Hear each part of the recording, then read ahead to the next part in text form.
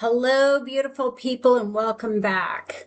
Today's episode is called Finding Your Authentic Voice. And I want to begin with this truth.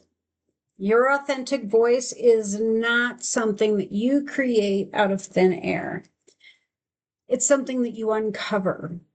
It's something that you return to. It's something that you remember after life, expectations, titles, disappointments, responsibilities, and other people's opinions have tried to bury it. Because somewhere along the line, many women learn how to function, perform, please, survive, succeed, lead, serve, and show up for everybody else, but they forgot how to hear themselves. They forgot what they actually wanted. They forget what they believe. They forget what they value. They forget what brings them peace. They forget what makes them powerful. They're forgetting who they are before they started carrying so many roles. Wife, mother, best friend, sister, brother, daughter, all of those roles, the career person. They forget who they are when they take on these roles. Today, we are going to talk about finding that voice again. Not the voice that's trying to impress people, not the voice that's trying to prove something, not the voice who is trying to fit into a room that it was never called to shrink inside of. We're talking about the voice that comes from identity. We are talking about the voice that comes from truth. We're talking about the voice that comes from knowing who you are, what you stand for, and why your presence matters. Before we go deeper, I also want to invite you to something special. The Future Her virtual conference is happening September 17, 18, and 19th. September 17th and 18th, it'll be evening sessions, and the 19th will be a full day. Lots of speakers, fantastic speakers, by the way. This conference is for the woman who knows she's called into a greater version of herself, but also understands that becoming her will require commitment. It will require courage. It will require clarity. It'll require her to be honest with herself and with others. Registration opens August 1st, 2026, and early bird registration is $75 from August 1st to August 15th. And then regular registration is $100 from August 16th through September 10th. And late registration is $150 from September 11th through September 17th. Now, we do have limited seating. The platform we have will only allow us a certain number of people. So once we reach that mark, we have to close it off. So get in and get in early. The message of this conference is your future, your commitments, and your time is now. Not tomorrow, not the next day, but now. Today's episode actually connects directly to that message because your future can't be built on a false version of yourself or on a former version of yourself. You can't lead fully while hiding deeply. Let me say that again. You cannot lead fully while hiding deeply. You can't build impact while abandoning who you are. You can't become the future version of yourself if you are still living by an old story that keeps you small. So today we're going to talk about identity. We're going to talk about authenticity, leadership, reinvention, because I've done that a lot. I'm 56 and I've done that many, many times. We're going to talk about the belief excavation exercise and what it really means to find your authentic voice. So let's start here. Authenticity and identity are deeply connected. Authenticity is not just being real. It's being rooted. It's knowing who you are beneath that surface. Identity answers the question, who am I? Authenticity answers the question, am I willing to live from that truth? That's why authenticity can feel so vulnerable. Because it's one thing to know privately who you are. It is a whole other ballgame to let that truth be visible in how you speak, how you lead, how you choose, how you create, how you, it's knowing who you are. It's about being rooted. Who are you beneath that surface? Identity answers the question of who am I? Authenticity answers the question, am I willing to live for that truth? So that's why authenticity can feel so vulnerable, because it's, again, one thing to know who you are privately. It is a whole other ballgame to let the whole world know who you are and how you lead, how you set boundaries, how you show up, how you stop apologizing for parts of yourself that were never wrong to begin with. So many women have lived through seasons where their identity became attached to external things. I've done it. Oh my gosh, have I done it? Maybe it's a title. Maybe it's a relationship. You identified yourself through your husband or your children. Maybe it was a career. Maybe it was a role that you played. Maybe it was a platform, or maybe you identified yourself by your body size or your reputation, an achievement, a mistake, a season of survival. Oh my gosh. A version of yourself that other people expected you to maintain. And then life changes. The title changes. Maybe you don't win that pageant crown. The relationship changes. Your kids are going to grow up and they're going to move away.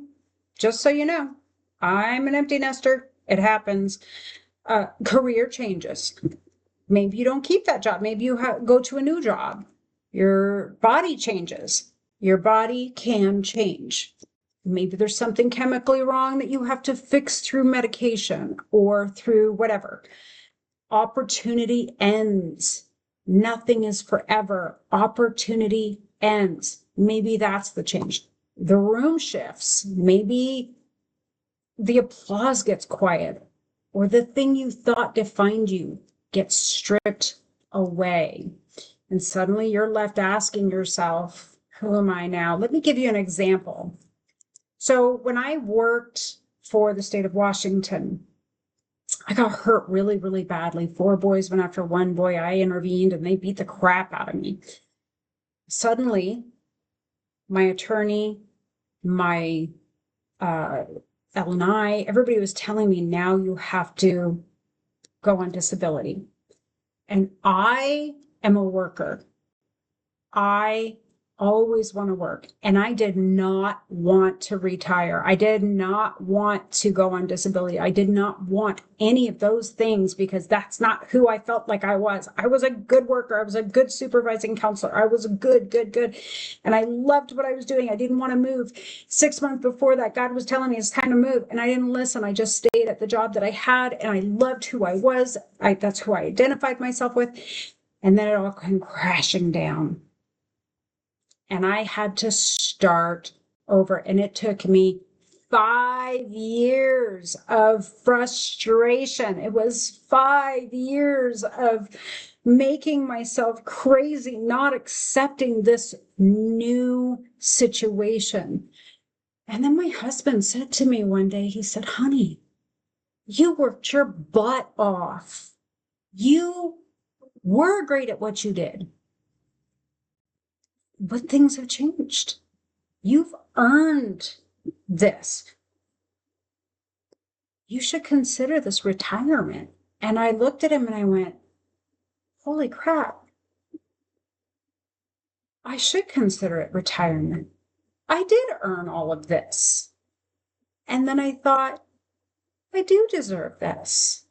And it was a whole new reckoning for me. It was a whole new, now I have to create a new who am I now. I still wanted to do pageantry. I still wanted to do, helping volunteer and do the things that I've always done and be a voice for the people that I wanted to be a voice for. But how do I do that now that this new person, this person with PTSD, this person with frustration and anxiety, what do I do with this person? Who the heck am I now? It was horrible to go through at the time. It felt undignified to go through it because I didn't know who I was anymore. And I had rebuilt before and built my way up and then fell down again and built my way back up and fell down again and built my way back. And I built my way back up so well this time. And now here I am again, and I got to start over again. Maybe you're recovering from a divorce. Maybe you're a widow. Maybe you're something in your life has happened, and now you have to figure out how to define who you are again. Well, here's what I want you to hear. External things can be stripped away. Rules can change. Mine did. Circumstances can change. People's opinions of you can change. Someone you thought was going to be your friend forever may not be that friend forever. Nothing is forever. Seasons change. Opportunities change. Your visibility changes. But your inner self remains. Your values remain. Your wisdom remains. Your courage remains. Your discernment remains. Your lived experience remains. Your calling, if you want to call it a calling, I call it a calling, remains. Your essence remains. You just have to find the new you. Finding your authentic voice means learning to separate who you truly are from what you have really been through, what you have performed as, what you have lost, what others have called you. You're not merely the role that you occupy. You're not merely the mistake that you made. Some of us live in mistakes from the past. Maybe you said something negative about somebody and you're still living on that. You're not merely the approval that you received. You're not merely the rejection that you survived. You're not merely the version of you that had to cope, adapt, hide, or fight through a difficult season. You are deeper than that. When you begin to understand, you stop trying to force change from the outside in. Instead, you begin to embrace the truth from the inside to the out. So let's talk about embracing your true self, because sometimes when people talk about personal growth, it sounds like the goal is to constantly become someone else, change it all, fix it all, rebrand everything, start over completely, become unrecognizable. But the authentic growth, that's not about forcing yourself into a version of success that does not fit your soul. It's not about becoming a copy of someone else's confidence. It's not about wearing a personality that looks impressive but feels exhausting. It's not about abandoning your tenderness so you can look strong. It's not about abandoning your strength so you can look likable. It's not about pretending to be louder or softer or cooler or tougher or sweeter, more polished, more agreeable, or marketable than you really are. Authenticity is not forced change. It's aligned becoming. There's a difference. Forced change says, I'm not enough as I am, so I must become someone else to be accepted. Aligned becoming says, there's more inside of me, and I'm ready to become more fully who I already am. That's powerful, because the goal is not to erase yourself. The goal is to reveal yourself. The goal is not to become a stranger to your own spirit. The goal is to remove the layers that were never truly yours. And maybe you learn to be quiet because someone once told you that your voice was too much. Maybe you learned to overperform because you believed achievement was the only way to be valued. That was me. Maybe you learned to please everyone because conflict felt unsafe. Maybe you learned to hide your intelligence because someone was threatened by it. Maybe you learned to laugh things off because your pain was never taken seriously. Maybe you learned to say, I'm fine, because nobody knew what to do when you were honest. But what if those were not personality traits? What if some of them were survival strategies? What if the real you is still underneath all of that? Finding your authentic voice is the process of asking yourself, what is truly mine? What did I inherit? What did I accept? What did I repeat? What did I perform? And what did I believe because I had to survive? And what am I ready to release because it no longer represents who I'm becoming? This is not about self-rejection, people. This is about self-return. You're not broken because you adapted. You're not fake because you learned how to survive. You're not behind because you're still discovering who you are. But at some point, you get to decide that survival will not be the final author of your identity. At some point, you get to decide that the version of you who had to cope is not the only version of you who gets to speak. At some point, you get to come home to yourself. Now, let's connect authenticity to leadership, shall we? Because authenticity is not only personal, it's also powerful. True leadership is not built on performance. It is built on trust. When trust is built, and trust is built when people can feel that the person leading them is real, not perfect, real.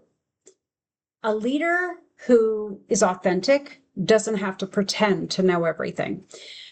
She can say, I don't have the answers yet, but I'm committed to finding them. She doesn't have to perform confidence every single second. She can say, well, this is challenging, but we're going to move through it with clarity. She doesn't have to hide her values. She can lead from them. She doesn't have to copy someone else's leadership style. She can build one that is grounded in her own convictions, her own strength, and her own wisdom. Authentic leadership creates safety. It creates clarity. It creates consistency, culture, and that matters.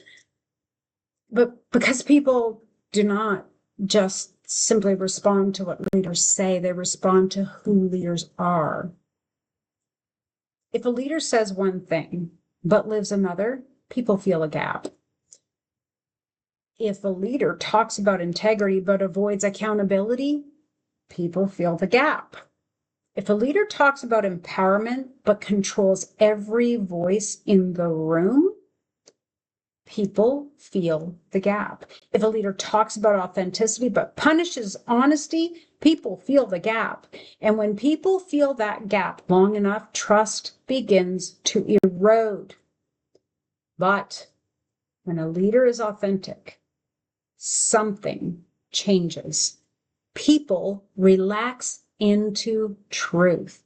They are more willing to bring ideas forward. They are more willing to be honest. They are more willing to take ownership. They're more willing to collaborate. They're more willing to believe that the mission is not just a slogan on a piece of paper, but something to be lived out in the room. Authenticity transforms organizational culture because it gives other people permission to operate from truth instead of fear. And when people are no longer performing for approval, they can begin contributing from purpose. That drives results. That builds loyalty. That creates impact that lasts beyond one pageant, one job interview, one project, one meeting, one season. It lasts beyond that. The strongest leaders are not the ones who have mastered the art of appearing flawless. They're the ones who have done enough internal work to lead without constantly needing the room to validate them. They know who they are. They know what they stand for. They know what they will not compromise. They know how to listen and they know how to adjust. They know how to admit when they need to grow. That's leadership with identity. That's leadership with authenticity. That's leadership with depth. Now, let's talk about reinvention. As I said before, I'm 56. I have had to reinvent myself more times than I can count, and there is nothing wrong with it because this is growth. Because I know some people hear the word identity and think, well, this is just who I am. I want to challenge that. Some parts of who you are deeply true. Your values, your gifts, your inner wisdom, your lived experience, your spirit, your convictions. But some parts of what you call your identity may actually be old beliefs that have been repeated for so long that they started to sound like the truth. I'm not confident. I'm not a leader. I always mess things up. I'm not good with people. I'm too old to start again. 56, told you. I'm too young to be taken seriously. I'm not polished enough. I'm not educated enough. I'm not pretty enough. I'm not strong enough. I'm always the one who gets overlooked. I'm just not that kind of a woman. But what if those are not facts? What if they're agreements? What if they're beliefs that you have rehearsed until they became familiar? And what if familiarity is not the same thing as truth? You can reinvent yourself. I'm living proof of that. But not by pretending, not by slapping a new label on top of an unhealed story, not by performing a personality, a new personality for social media. So somebody asked me, why are you pushing out the rebranding, the Pageant Launchpad? I believe God has taken me to a different level. I believe that God wants us to move the Pageant Launchpad into the Becoming Her collaborative because of the fact that I am dealing with more than just pageantry. Pageantry is a role we play. Life, the expansion of who we are, that's more than just pageantry.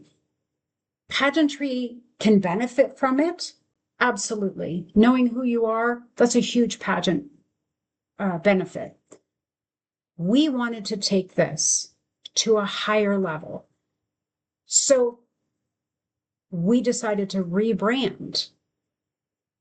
We're not dealing with old wounds, because that was one of my first questions. Well, are we just tossing away old wounds, or what are we doing? Like, what do you want me to do here? I'm not following why you want me to go in this direction and leave the pageant launch pad.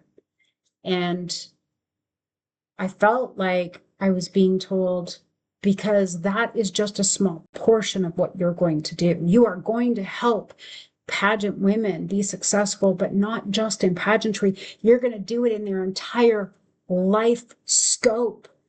It's going to be much bigger. It's going to be much more. You're going to help women heal. That's what I feel like I've been told.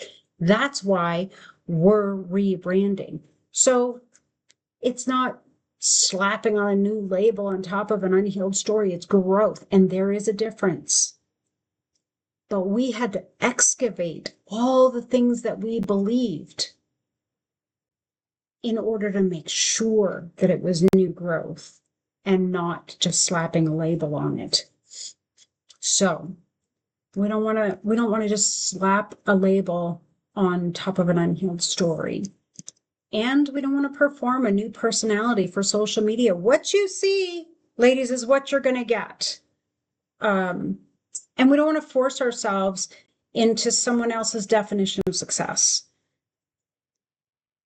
You reinvent yourself by taking conscious control of what you believe about yourself. We just help you excavate all the crap that gets in the way of you doing that, because what you believe about yourself becomes the framework for what you allow, for what you attempt, for what you tolerate, for what you avoid, for what you pursue, and what you think is possible. A negative story drives decisions. If you believe you're always overlooked, you may stop showing up fully. If you believe your voice doesn't matter, you may stay silent in rooms that you were meant to contribute to. If you believe you're not leadership material, you may decline opportunities that were designed to stretch you. If you believe you're too damaged, too late, too behind, too ordinary, too much, you may keep building a life around a version of yourself that is not even true. And here's the good news. That story can be changed. You can build an identity that aligns with your deepest values and elevates your potential. One that feels real, but doesn't keep you stuck. One that honors what you've survived, but does not make your survival your permanent home. Let me say that again. It is one that honors what you have survived, but does not make that survival your permanent home, your permanent name. One that respects your history, but does not hand your future over to it. Reinvention is not becoming fake. Reinvention is becoming conscious. It's saying, I'm no longer willing to live on autopilot inside a story I did not intentionally choose. That's powerful, ladies. That's real powerful. Now I want to walk you through something I call the belief excavation exercise.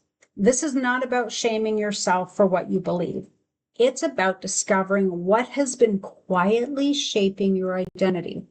Because finding your authentic self is excavating a pattern crafted by the beliefs you have repeated, the standards you have accepted, and the story you have chosen to live by, and then replacing that with the truest version of yourself. So here's the exercise. And you may want to pause this later and write it down. Step 1. Name the area of your life where you feel stuck or misaligned. Could be your voice, could be your confidence, It could be your leadership. It could be your relationships. It could be your career, your visibility, your body image, your ability to receive, your ability to set boundaries. Oh my gosh, I feel like I'm talking to myself sometimes. Your ability to start over. Ask yourself, where do I feel like I am not fully myself? That's the place to begin. I'm going to give you a second to think about that. Now, step 2, write the sentences you keep repeating to yourself in that area. Be honest. Maybe it sounds like I'm not good enough. I'm not ready. I don't belong in those rooms. People like me don't get opportunities like that. I always disappoint people. I can't trust myself. That's a hard one right there. I have to be perfect to be respected. I have to be needed to be loved. I have to stay quiet to be accepted. I have to do everything myself. Oh my gosh, how many times have we said that to ourselves? Don't edit it. Don't make it sound pretty. Write the real sentence. Okay, let's go to step 3. Ask where that belief came from. Did someone say it to you? Did a painful experience teach it to you? Did you decide that's what you're going to believe after a failure? Did you inherit it from a family system? Did culture teach it to you? Did a relationship reinforce it? Did a workplace make you believe it? Did rejection make it feel true? This step matters because many of the beliefs that we live were never chosen consciously. They were absorbed, they were repeated, they were reinforced, they were formed in moments where we were hurt, afraid, disappointed, embarrassed, or trying to belong and sit at tables we don't belong at. Step 4, ask what that belief has cost you. This is where we get honest. Has it cost you opportunities? Has it cost you peace? Has it cost you confidence? Has it cost you visibility? Has it cost you relationships? Has it cost you joy or money or leadership? Has it cost you your voice? Sometimes we keep a belief because it feels familiar. We rarely stop to ask how expensive it has been to get rid of it. Step 5, ask whether the belief is actually true. Not whether it feels true, whether it is actually true. There's a difference. A belief can feel true because you have rehearsed it for years, but repetition doesn't make something reality. Ask, what evidence do I have that this belief is not the whole truth? When have I shown strength? When have I shown courage? When have I learned something hard? When have I led well? When have I spoken up? When have I recovered? When have I been resilient? When have I been more capable than I gave myself credit for? That's a good one. You're not trying to lie to yourself. You are trying to tell the fuller truth. Okay, step 6. Replace the old belief with a truer belief, not a fake affirmation. I'm not talking about affirmations. Affirmations are lovely. They're wonderful to have, but a true belief, not something that your nervous system rejects, not something that sounds cute on a coffee mug, but doesn't feel connected to your real life. A truer belief. For example, instead of I'm not confident, you might say, I'm learning to trust my voice one decision at a time. Instead of I don't belong in leadership, you might say, my lived experience, my values, and my willingness to grow make me capable of meaningful relationships or leadership, sorry. Instead of I'm too late, You might say, my timing still has purpose and I can begin from where I am. Instead of, I have to be perfect to be respected, you might say, I can be respected while still being human, growing and learning. That's belief excavation. You dig up the old story or you laser it out. In my mind, when I do this, and I do it often, I have to go in because stuff comes back and haunts you in the back of your head. All those things you were told when you were a child, all those things you were told in that horrible marriage you were in, all those things that you were told by people that really didn't like you but pretended that they did. You dig that story up and you laser out. What I like to do is I make a list of what I was told, who told it to me, and then I go through it and I realize that the people who told me those things lied to me. Even I lied to me. We'll get to that one.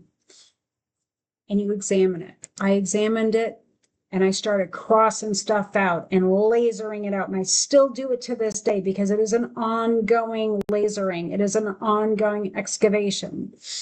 You stop letting it operate in the dark, you write it down, and then you replace it with something more truthful, more empowering, and more aligned with who you're becoming. So let's talk about personal branding. It's often misunderstood. And there's a woman I know, she's amazing at it. It's her job. It's what she does. She's incredible. We'll talk about her at some point. A lot of people think that branding is about colors and fonts and photos and outfits and logos and taglines and website and content and aesthetics and all that fun stuff. And yes, those things can support a brand. They absolutely can. Nike and all of the different brands have shown it. Coco Chanel, all of them. But they're not the brand. Your true personal brand is not the superficial polish. Your true personal brand is the lived expression of who you are. So it's what people constantly experience from you. It's your values in motion. It's your voice. It's your standards. It's your presence. It's your reputation. It's your patterns. It's how you make people feel. It is what people trust you to bring into a room. So when your personal brand is built on performance instead of authenticity, you'll eventually get tired. I'm just letting you know right now, you will get tired because performance requires constant maintenance. Authenticity creates consistency. Performance says, how do I get people to see me in a certain way? Authenticity says, how do I live in alignment so what people see is actually true? That's a very different foundation. When you're trying to build a personal brand without first knowing who you are, you may end up copying someone else's voice. You may copy their tone, you may copy their style, their content, their confidence, their leadership model, their visual identity, their way of showing up, and you may get attention, but you will not feel aligned because deep down, you will know this is not fully me. Finding your authentic voice in personal branding requires excavation. You have to ask yourself, what do I actually stand for? What message do I carry? What experiences shaped me? What values guide me? What do I want people to feel when they encounter me and my work? What do I refuse to compromise? What kind of impact am I here to make? What is the pattern I want my life and leadership to reveal? Your brand isn't supposed to trap you in an image. It's supposed to reflect your truth, and your truth may evolve, and that's okay. You're allowed to grow. You're allowed to refine. You are allowed to become clearer. You're allowed to stop building a brand around who you used to be. I used to be a pageant girl. I used to coach pageant girls. Now I coach everybody because The reality is whatever you learn from me, you're going to carry over into everything you do, not just one thing that you do. You're allowed to stop selling an image that no longer fits. You're allowed to say, this is the season where I become more honest and more aligned, more grounded, and more fully myself. That's not inconsistency, that's maturity. Now, I want to bring all of this together for you. Finding your authentic voice is not about speaking louder. It's about speaking from a truer place. It's about recognizing that your identity has been shaped by historical patterns, the beliefs that you've repeated, the standards that you accepted along the way, the story you chose to live by, and you have to take accountability for that. You choose to live by what you believe about yourself. And sometimes that story is negative. And sometimes it sounds like I'm not enough. I'm too much. I'm invisible. I have to earn love. I have to prove my worth. That was a big one for me. I have to prove that I'm worthy. I have to be agreeable to be accepted. I have to be impressive to be respected. I have to keep everyone else comfortable. I can't change. This is who I am. Those stories drive every decision you make. It drives how you show up. It drives what you ask for. It drives what you tolerate. It drives how you speak. It drives whether you take the opportunity or you talk yourself out of it. How many of us have talked ourselves completely out of something we probably should have done? It drives whether you lead boldly or you wait to be chosen. I waited so long to be chosen, and I never was. And now I'm just leading boldly. I don't need to be chosen.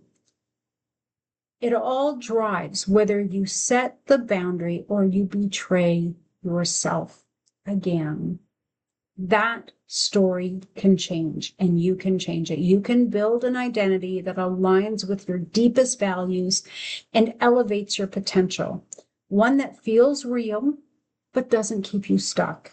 One that allows you to be authentic without using authenticity as an excuse to avoid growth.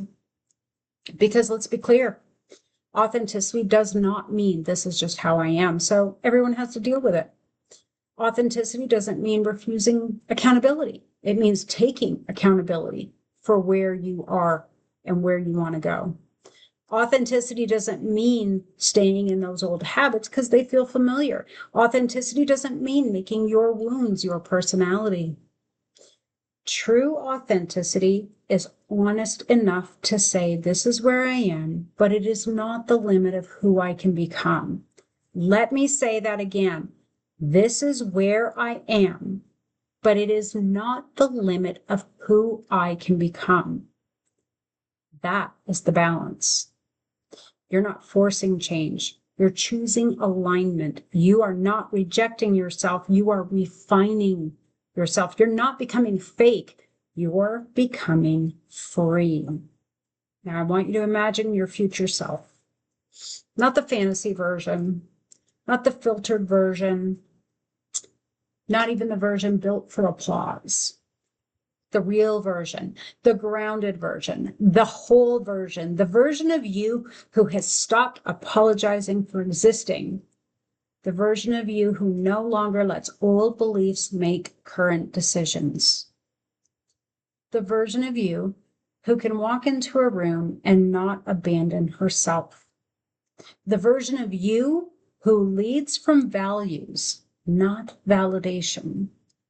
The version of you who understands that her voice matters because her identity is no longer built on pretending. How does she speak? What does she believe? What does she no longer tolerate? What does she no longer chase? I don't want to sit at tables that I'm not invited to, and I'm not waiting to be invited anymore. What does she no longer need to prove? What does she finally give herself permission to say? That is the voice we are finding. And that is why I want to remind you again, the Future Her virtual conference is happening September 17th through the 19th. First 2 days is evening sessions. On that Saturday, the 19th, it is going to be a whole day of sessions. Registration opens August 1st. Early bird registration is $75, and that only lasts from August 1st to August 15th. Regular registration is $100 from August 16th through September 10th, and late registration is $150 from September 11th to September 17th. Get in early. The conference is not just about inspiration. It's about commitment. It's about becoming. It's about identity. It's about a voice. It's about leadership. It's about the woman you are choosing to become on purpose. Because the message is your future, your commitment, your time is now. Your authentic voice is part of that future. Your identity, what we're talking about today, is part of that future. Your leadership is part of that future. Your courage is part of that future. And you don't have to wait until you feel completely ready to begin living more truthfully. You can begin now. So before we close, I want to give you a few practical takeaways. Number one, pay attention to where you feel misaligned. Misalignment is often a clue. When you feel drained by a version of yourself that you keep performing, pay attention. When you feel resentful because you keep saying yes when you mean no, pay attention. When you feel invisible because you keep hiding your real thoughts, pay attention. When you feel like your outer life and your inner truth are not matching, pay attention.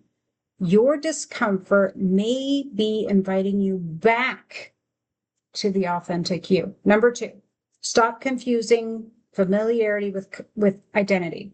Just because you have always done something doesn't mean it's who you are. Just because you have always been the strong one doesn't mean you never need support. Just because you have been always the quiet one does not mean you have nothing to say. Just because you have always been the helper does not mean that you don't have dreams of your own.